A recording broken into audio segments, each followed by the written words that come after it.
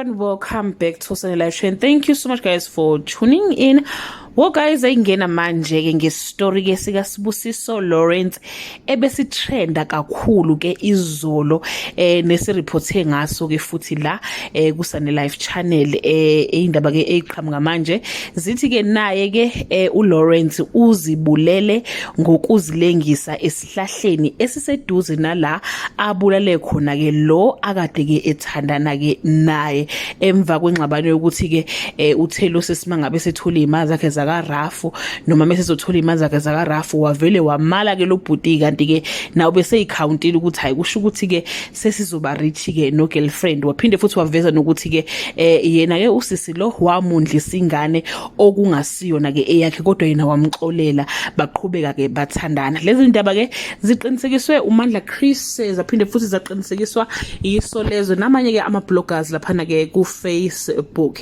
Izolo ke kuke kwasibalinda bazokuthi ke useboshiwe yena ke uSibusiso Lawrence ovele nje waposta whatever yenzekile ke lapha kuleya scene lapha ke ku Facebook.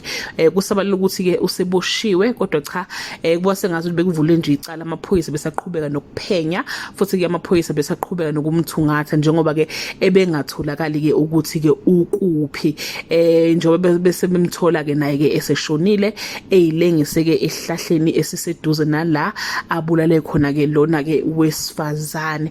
Ayibakithi hayi inkosi yami silokho sibabaze njalo ngalesigameko esihlasimulisa umzimba isibindi nje sika Sibusiso bakithi sokuthi anquma umuntu azathulele ezandleni aqeda athatha ivideo aboniswe umhlaba wonke. Hayi bakithi umhlaba esiphila kuwo awusenakho ngempela ke ukuphepha noma ngabe ke bekunengxabano enjani kodwa ngani zakwethu akuyona ke indlela yokulungisa izimo ezonakele ebudlelwaneni le.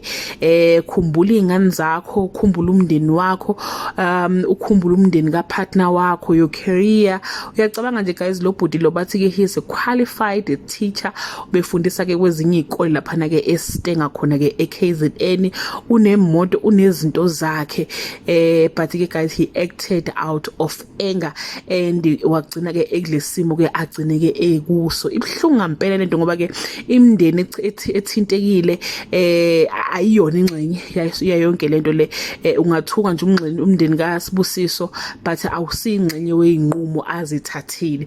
Bangathuka nabangani bakhe but abasiyona ingxenye yeinqumo azithathile. Uyithathe ngokucasuka wenza nje into enesihluku kakhulu kodwa ke bakithi cha ake sicabange ngempela before senzeke inqumo ke enjengalezi. Angisho ukuthi usesube right ngokuthi amundlisa ingane nakho konke nje kwenzeke ku relationship yabo kodwa cha bakithi akusikhona ikuyona indlela yokulungisa ke izimo ke ezisuke zonakele lena akusiyona.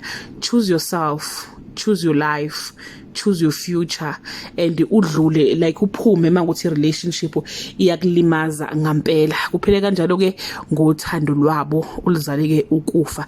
That brings us to the end of this video. Do leave your comment below and share just one advice to umuntu ke odlula kulesimo ke adlula kusona ke ekade edlula kusona ke uSibusiso nesilideleke kulesimo ke esikusona njengamanje. Bye.